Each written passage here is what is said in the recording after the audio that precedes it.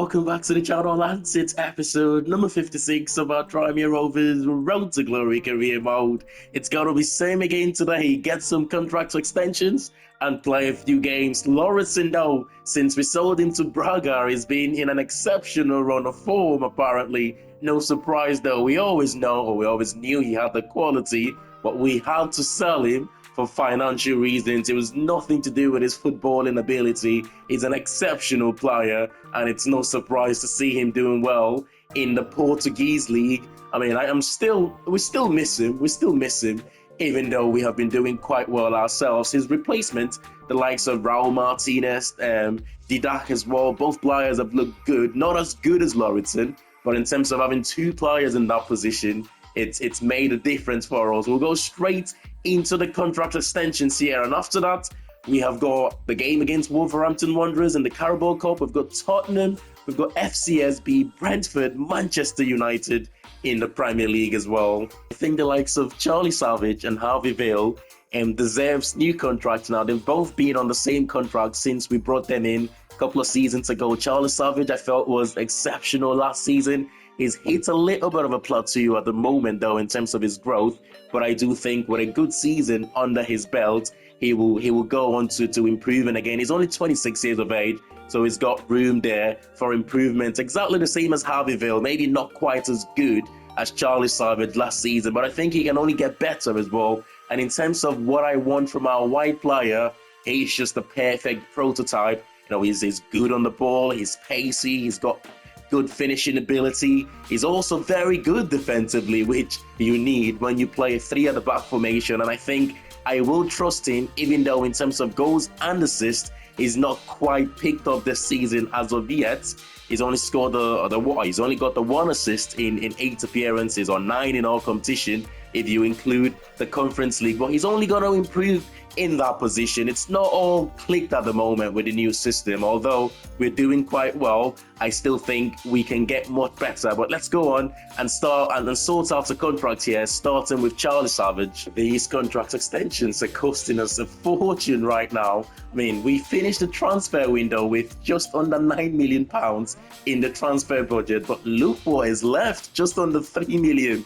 It's costing us so much right now. It's not the players' fault anyway. But Charlie Savage here, 2 years contract extension. It's not quite what they want though, but they will accept that. I think 32k there in wages, some signing on bonus and some goal bonuses if he goes on to score 5 goals for us this season. I'm happy with that deal. Always felt like it makes sense to renew the players' contract, you know, every season or every couple of seasons. It keeps them happy, stops them handing in a transfer request because their wage demand are not met.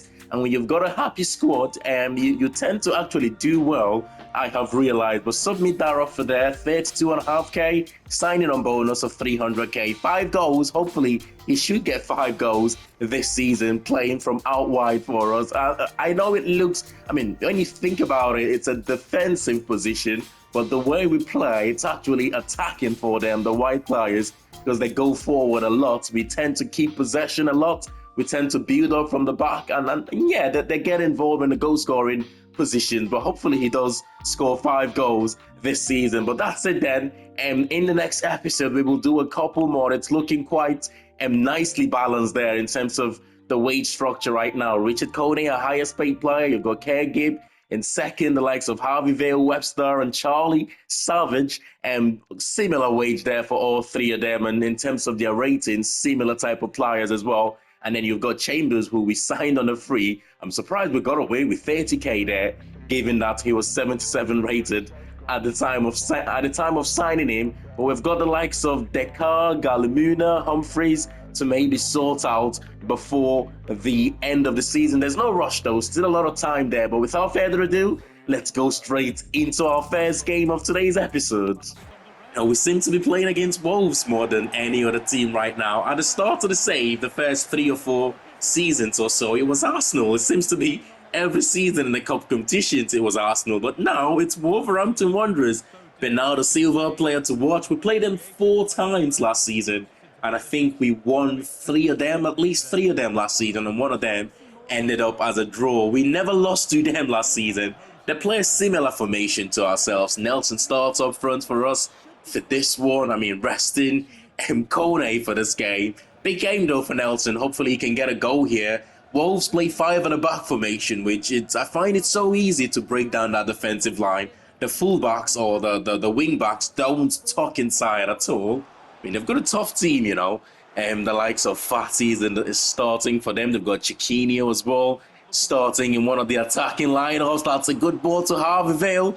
Recently signed a new contract, but well defended there from the Wolves defender. We've got a corner.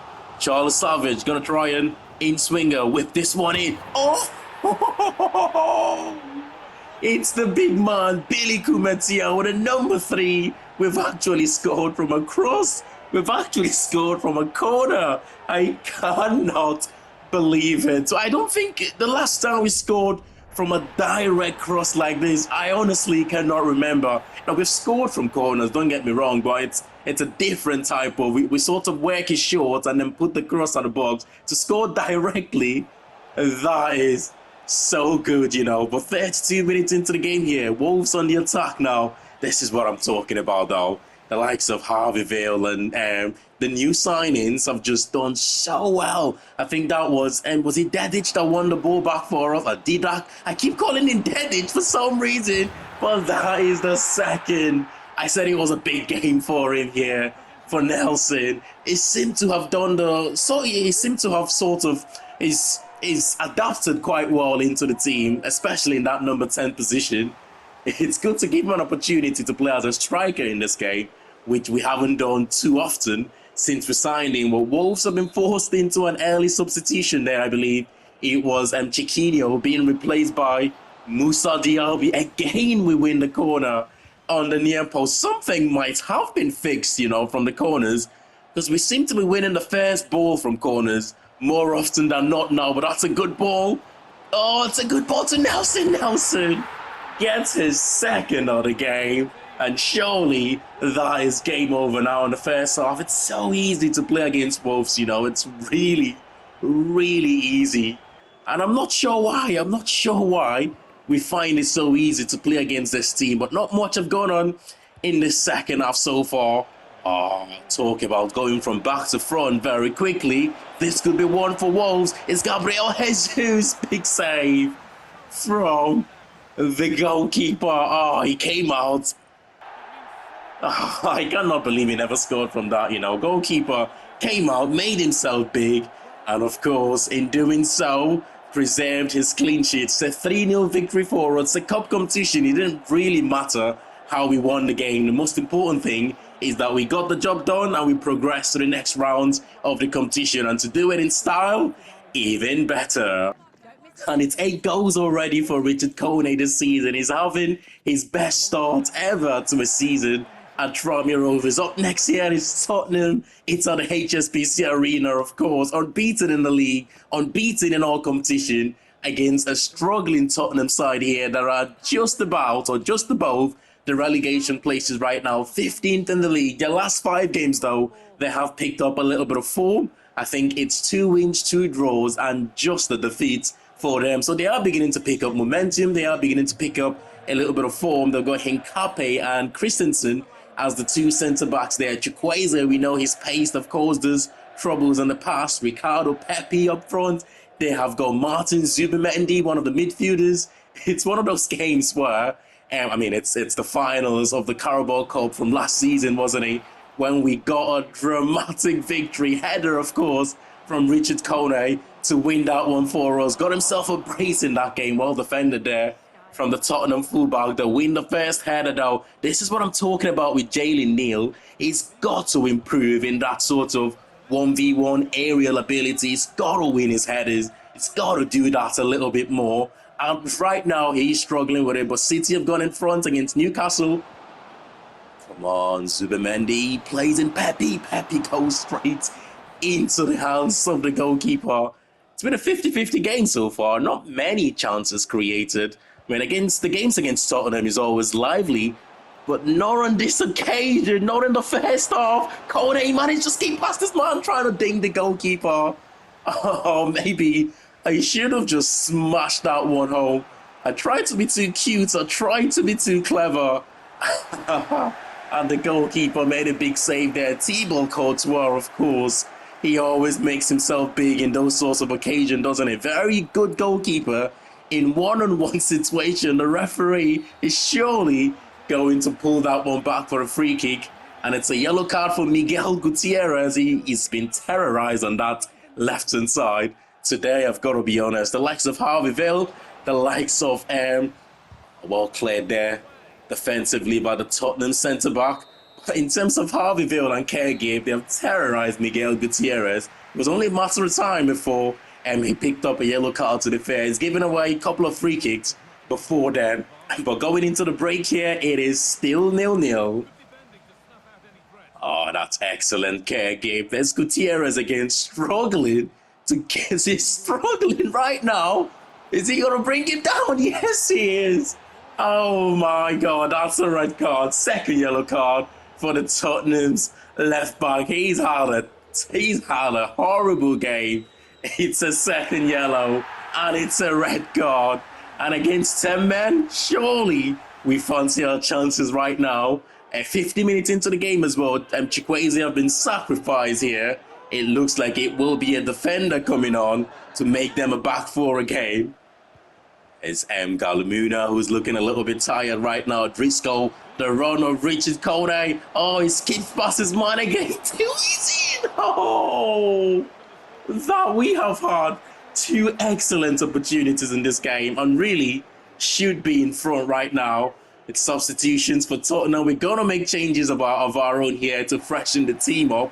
And the likes of Webster, Harveyville and Galamuna here being replaced. Kalaparkin, who collects the captain's armband coming on. And Donnelly also coming on. If we don't win this game, I will be disappointed. We've been the better team. We've got a man advantage. Kergib taking matters into his hands here. He goes back though, the shot's blocked, but Thibaut Courtois have already made the decision to dive. And of course, it's Charlie Webster with an easy tap-in as the goalkeeper was already on the floor. And on the back of signing a new contract, he gets his first goal of the season. Charlie Savage, I cannot believe how lucky we were to score that goal, by the way. 3 minutes of stoppage time here. Have Tottenham got an answer? Oh, excellently done by Jalen Neal. I believe we criticised him. We have criticised him quite often this season about not winning those headers, but he did manage to do that time. And we hang on to the 1-0 victory. Well-deserved victory, by the way. I will say we were the better team in that second half. And when Tottenham went down to 10 men, it was always ours to lose then. We'll take it. Come on. Congratulations to Erling Haaland, who have been crowned the Ballon d'Or winner for the 2029 season. You would think he would win it, right? He's that good. I'm pretty sure he will win it in real life as well in the next few years. I can see him winning it, surely, especially if he keeps on scoring the amount of goals he does and City goes back to being competitive again this season. But I tell you what, this is quickly changing from a good start to the season to an excellent start to the season. 15 games unbeaten in our competition. We're third in the Conference League table, by the way, and we're facing FCSB next. We are at the HSBC Arena for that one. In the Premier League, though, let's take a look at that. We're third in the Premier League as well. We're just a point behind Manchester City, who must have dropped points in the last game against Newcastle. Yes, they did. They went a goal up in that game, by the way, and Newcastle got the equaliser. We're level on point with Chelsea. They're just better on goal difference right now. The likes of Arsenal and Manchester United, Villa, Newcastle, Liverpool, Brentford and Nottingham Forest completing the top 10. You've got Bournemouth, Bristol City, Luton Town, bottom three. The likes of Wolves, Everton, Tottenham, who we just beat, just about avoiding the relegation places here. Let's take a look though at the Youth Academy Scout Report, the first one for the season. And starting here in England, where we are scouting for midfielders, that's centre midfielders, right midfielders, left midfielders. If we can, we've got Alfie Piers here, who's not good enough, and Gregory will scout a little bit further here. I do like the potential. Oh, Vincent, look at that. The starting overall looks quite good. Potential though the lower end of the potential, I will be a lot more picky this season. So we will scout him a bit further, and we've got the likes of Williams. So the likes of Vincent and Gregory, we will scout a little bit further here. The rest of them, we will get rid of. At this stage of our journey, 6 seasons into the save, you must be really good right now as a youth academy player to be able to make that step up to the first team. No one so far in Brazil, where we're scouting for wingers, and I believe strikers we're scouting as well in Brazil. Not good enough for the first month here. We will get rid of all of them potentially and scout Pedro Silveira a little bit further. The rest of them we will get rid of in Brazil. Finally, in Honduras, where we're scouting for defensive reinforcement, who knows, can we find a gem from one of the smaller nations? Valentin Correa, we will scout a little bit further here, who is a right back, and as well as Lucas Dominguez, we will scout further as well. I mean, a couple of players already might look quite good in terms of making it into the academy, but we will scout them a little further to see how they develop. The likes of Acosta, Silva, and Campos, we will get rid of them. Remember correctly, at the start of the new season, I was saying I messed up in the youth academy big time. We have lost some really good players from the academy. At the end of last season, I forgot to promote them, and they've ended up terminating their contract. Jankovic, one of the Croatian lad who looked like he was going to have potential to be special, was one of them. Ivkovic was the other as well, Croatian lads. A couple of centre midfielders from Croatia that we lost. We've still got the likes of Vinsky as well, who looks good, although only 15 years of age. We've got Kasun, also looks good from Croatia. We have got this Draskovic, who is now 66 rated, by the way. We could promote him before the January transfer window opens. And we've got the goalkeeper here, Theodore Ricard, who I do like. We will probably end up selling him, given the fact that we've got really good goalkeepers right now. And I don't think he'll make it, but a loan move and then looking to sell him in future seasons to bring some more money into the club, that might just be the best move for the player. But up next here, we've got FCSB. If we win this game, it puts us one step closer to finishing in the top 8 in the league phase of the Conference League.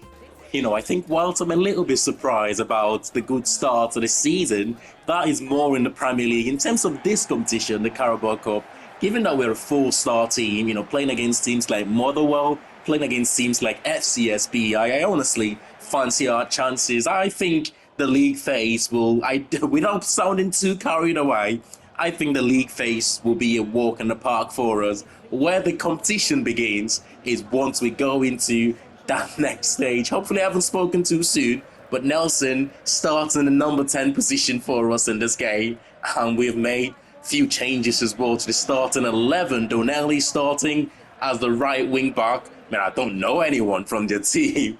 I want to think I know a couple of players from this team. Olaru, okay, the striker up front. I have heard about him before, but other than him, oh, look at the space. Look at the space. Oh, well covered there from the young centre-back for us. Tell you what, I've been really, really impressed by our young centre-back, on loan last season. This season is sort of Jeffrey, I'm talking about Callum Jeffrey. This season is sort of coming to the team, especially on these cup games when he's played. He's not looked out of place at all. I know I've praised him a few times and that, but he's really, it's the fact that he's left-footed. Left-footed centre-backs are always in demand down there. Makes me, I don't want to sell him. I think we got an offer. Did we get an offer for him earlier on, which I rejected? I can remember saying I would rather sell Billy Kumetio. Don't get me wrong, I don't want to sell Billy Kumetio either. But if I had to make a decision, the fact that the young centre-back has looked so good right now, I would rather sell Kumetio. But it's 0-0 in the first half. We always start slow in this Conference League games, don't we?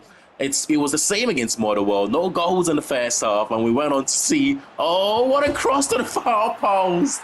And FCSB have taken the lead. Maybe I spoke too soon when I said this competition, the league phase, would be a walk in the park for us, because we haven't looked very comfortable in this game. Yes, I know we have made a lot of changes to the starting 11, but bringing on some of the bigger names now, the likes of Harvey Vale coming on as well, Kerr Gibb coming on, to try and get something out of this one.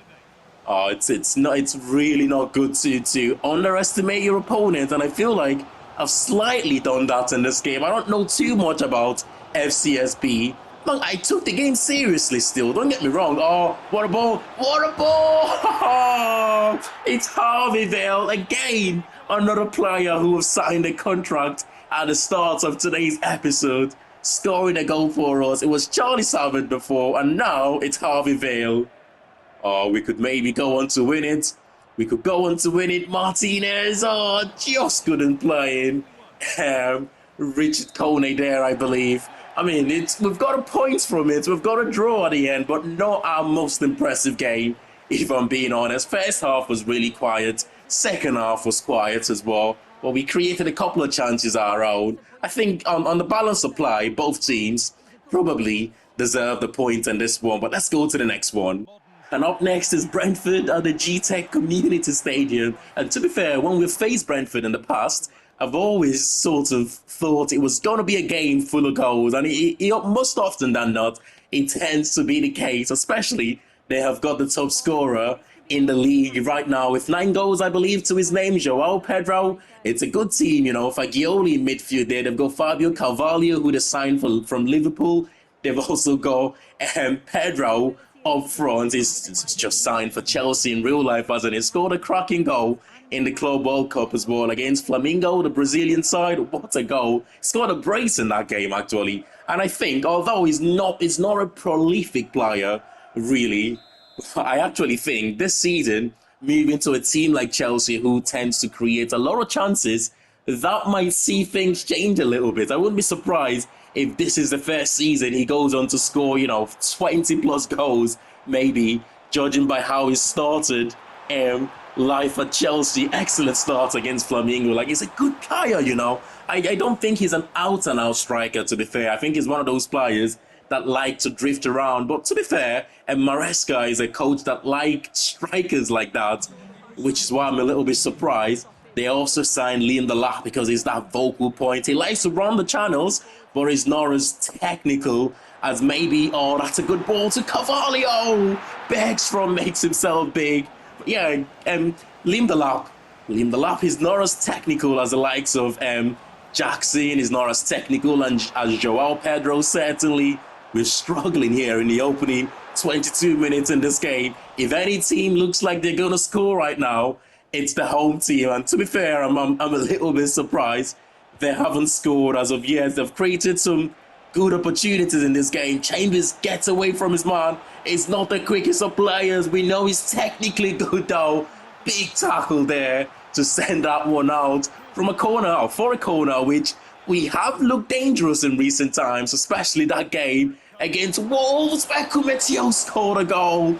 It's Jalen Neal this time. I mean, I'm a little surprised that Jalen Neal is the one that have won that header. He's not the best player in terms of aerial ability. He's got decent jumping in him, though, don't get me wrong. Another one here, this time a little bit deeper. Jalen Neal again goes for it. It's definitely been fixed, hasn't it? Headers have been fixed. We have struggled to win that first header, to get that first contact for so long now. But all of a sudden, we're doing it more often than not. I've decided to buy my time there. A little bit of patience to not commit. It's a long-range effort. Big save again from Bergstrom. Although it's 0-0, it's not been a boring game by any means here. And I'm sure we are going to see goals. Substitutions here. Come on, we're struggling. We're struggling right now. We're not going to always have it our own way, I suppose. The fact that Brentford are giving us a really tough game here. They are a good side, by the way. We saw that starting 11 at the start, and I did say this team can cause us 1 or 2 troubles, especially if they play to their potential. It's dealt with on the near post. Only back to Rico Henry here, I believe.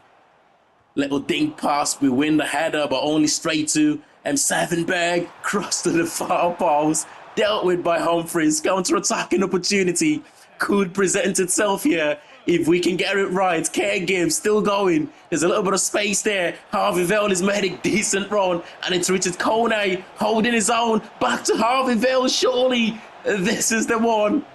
I think the chance might have gone. We've slowed it down a little bit too much. Oh, come on. Oh, he's offside. It's a good save. I'm not sure what's happening with Richard Kone right now. I mean, he's had 3 good chances. Well, that one was offside. It wouldn't have counted. But he's missed a few one-on-ones recently. That's it. It's a 0-0. I jinxed it, didn't I? I said I was sure there was going to be goals in this game, especially how end-to-end the first half was. The fact that they've got Joao Pedro and Richard Kone, 2 of the top scorers in the division right now, and yet the game have produced no goal in 90 minutes. I think that's our second 0-0 draw this season, by the way, but we'll take it. We will play 2 more games then in today's episode. Manchester United, who are just behind us right now, only on goal difference in the league. We're second in the Premier League, by the way. That is incredible. After that, we have got the Europa League game there against Dynamo, our next game after the Manchester United game. But 13 days rest from now until we needed that, to be honest. The players have been, couple of the players anyway, not all of them, but a couple of them, the likes of Charlie Webster, have been, playing on his last legs, really, in the last few games. But we had to play him because he's that good. But he will have 13 days rest before the Manchester United game. Both Bergstrom and Jalen Neal in the team of the week here both had an excellent performance against Brentford, and Fagioli and Carvalho from Brentford as well. I mean, Jalen had 2 excellent headers. One of those should have resulted in a goal, but Bergstrom, of course, the man of the match in that game, absolutely kept us in the game. So it's good to see him there. Interesting offer here for Callum Jeffrey from Olympique Lyon. We could get up to £5.2 million, but I mean, Lyon are in the same competition as us this season. If I'm being honest, I would rather sell Kumetio at this stage. I've been impressed by him this season, the games he's played, and he's still got some growth in him, so I will reject that offer. If we had to sell, I would much rather prefer to sell Kumetio in the centre-back options that we have got at the moment. Now, can we make it 18 games unbeaten here at the HSBC Arena against Manchester United? And I tell you what, being a Liverpool fan, it doesn't matter how bad they have been in recent times. Every season, as soon as the fixture list come up, that is the first team that I'm looking for. I'm always thinking, can we beat them? Most often than not in recent times, we have done that as well. And of course, although we're not managing Liverpool here, it's Tranmere Rovers. We still want to beat them. They're just behind us right now in the league, and they have got some good players in that starting 11. They've got Benjamin Šeško up front. We have gone very strong, possibly our strongest starting 11 here. About maybe 1 player missing. We've got Galimuna starting on that left-hand side. We could have started with Chambers there, which would have made it our strongest starting 11 on paper, at least. What a start! Kone gets his 9th of the season. Now that is fantastic build-up, and look at that for an assist as well from Kergib, the assist king right now. That's his 5th or maybe 6th assist this season.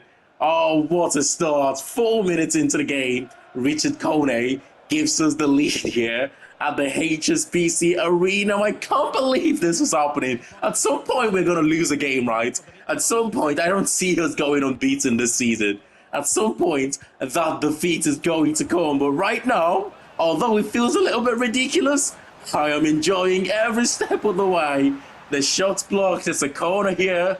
I mean, I think they've got the Arsenal centre-back. What's his name? Gabriel, who's quite good from set piece. That's a good block from Chambers, isn't it? Who started in that centre-back position for this one.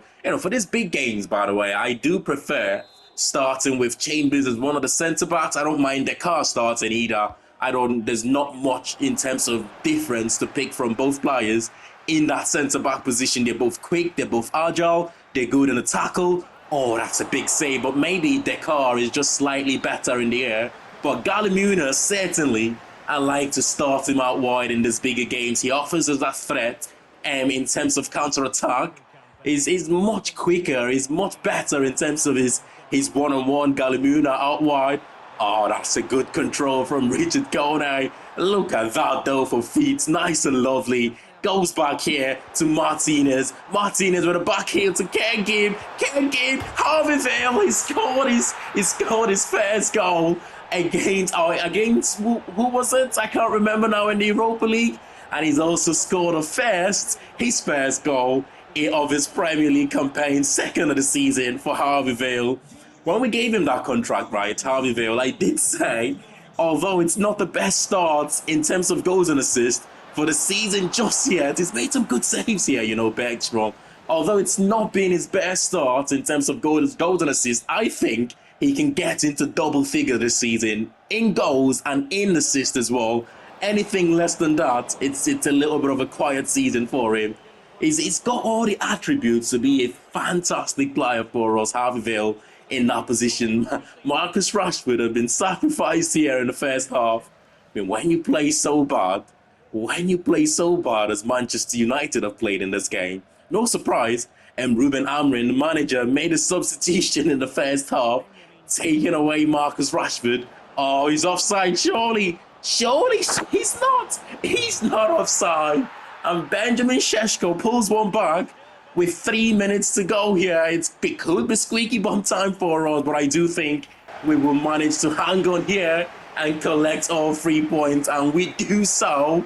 2-1 victory. It was a little bit shaky, I tell you what, with 6 minutes of stoppage time added.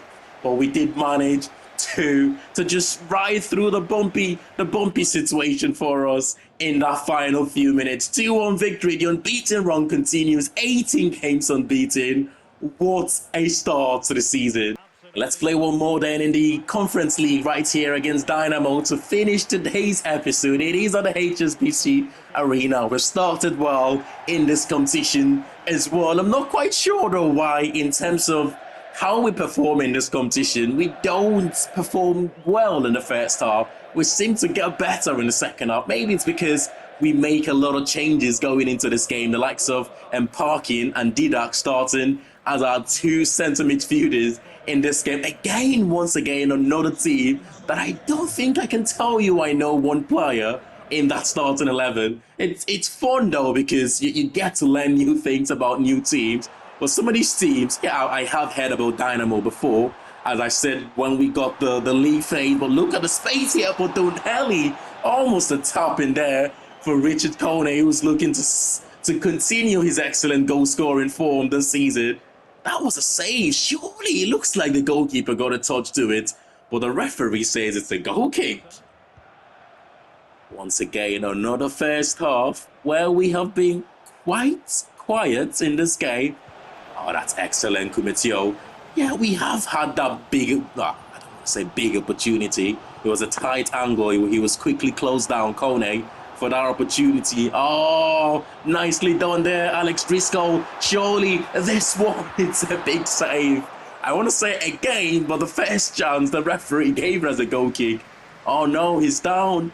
He's down, injured there, Kumitio. That's not looking too good for us, that Kumitio's injury. I'm trying to wait to see if he will run that one off, but he's not looking to at the moment. Our next game is the Merseyside derby, but forget about the next game, as Richard Kone makes it 3 goals in the Conference League, our first one of the season. Once again, quiet first half, and we've got a goal at the start of the second half. I mean, it's a good ball, the strength there to hold off the defender, to just get in front of the defender there. He's such a good player, Kone, you know. Well, we'll take him off here to give him a little bit of a rest. Whatever happens, we cannot afford to lose him. I've rotated him a lot more this season compared to the previous season. But then again, when you have a quality player like Nelson, who can go up front, in this case, he's gone up front for us. Nelson with his first touch since the substitution, now playing as a striker. We can afford to rest him a little bit more, as Alex Driscoll makes it 2-0. The kid, by the way, he's got some crazy potential. I mean, this is one of the things of playing competitions like this. It gives you an opportunity.